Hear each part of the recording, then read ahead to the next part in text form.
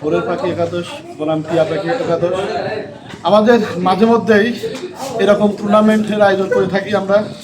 আমাদের সাথে সবসময় যে ব্যক্তি প্রতিনিয়ত আমাদের কাজে সর্বদা সর্ব জায়গায় কাজ করে থাকে, সকালে প্লেয়ারদেরকে উৎসাহিত করে মোবাইলের মাধ্যমে ডেকে দেয়, তার কথা না বললে নাই। আমাদের সিনিয়র পার্সন সদর টাকা, তার যথেষ্ট অবদান।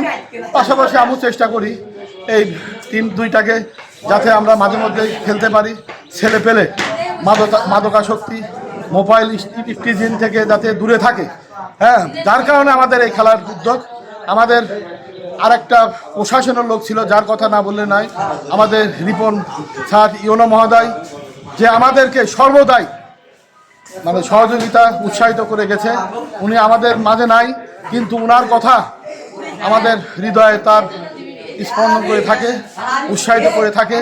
আমি ওনার সঙ্গে গতকালকেও আমি তাকে দাওয়াত দিয়েছিলাম, সে বাড়িতে এসছে, বিশেষ কাজে আসতে পারে নাই। সে আমাকে আশ্বাসিত করেছে যে আমি আপনাদের মাঝে খুব তাড়াতাড়ি আসবো, দেখা করবো। তার রিপন স্যারকে, আমাদের ইউনো মহোদয়কে আমি আমার ভোরের পাখির পক্ষ থেকে ধন্যবাদ জানাই তার আমাদের পাশে থাকার জন্য। এবং এই ভোরের পাখি খেলা দীর্ঘদিন যাবৎ আমরা খেলা করে আসছি এবং ইনশাল্লাহ ভবিষ্যতেও আগামীতেও করে থাকবো।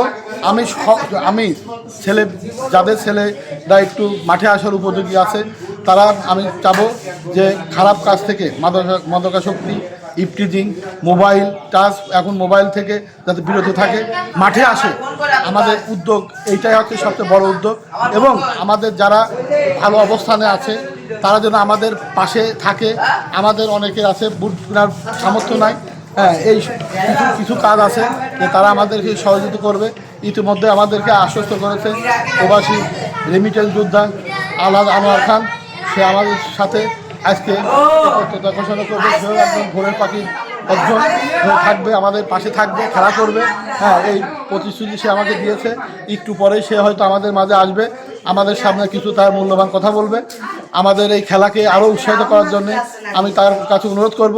হ্যাঁ, অনেকে আছে যে তারা মাঠে আসতে পারে না, হয়তো বুট আছে নাই, অবশ্যই সে ইতিমধ্যে আজকে দুটো বল দিয়েছে।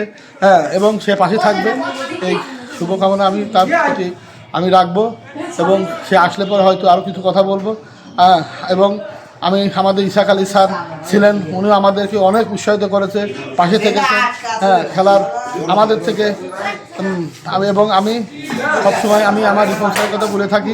আবারও তার সুস্বাস্থ্য কামনা করে আমি আমার সংক্ষিপ্ত বক্তব্য শেষ করলাম। আপনারা সবাই ভালো থাকবেন।